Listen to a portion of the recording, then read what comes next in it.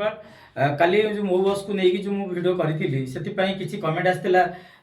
गंजेई टाणी भाई मुझे गंजेई टाणी नी कि मुझे शोक उठी नी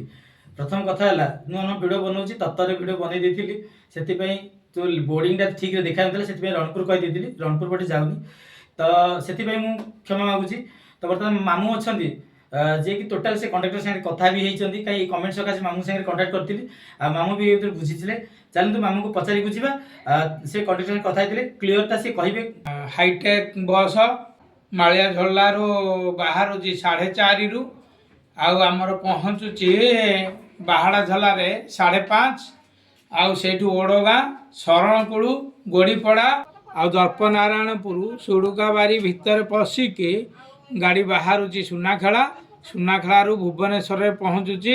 9 ରୁ 9:30 भितर पुणी रिटर्न करुच्ची आमर प्रबला अपराह्न 3 घंटा 30 मिनिट से बरमुंडा बस स्टाण्ड रू बाहरुची आम बाहाड़ा झोलार राति 8टारे पहुँचुची। आप जानिले मामू कौन कहले जदि मु किसी भूल कही विशाल हृदय टी स्नेह दे मत क्षमा करेंगे। रोची नमस्कार।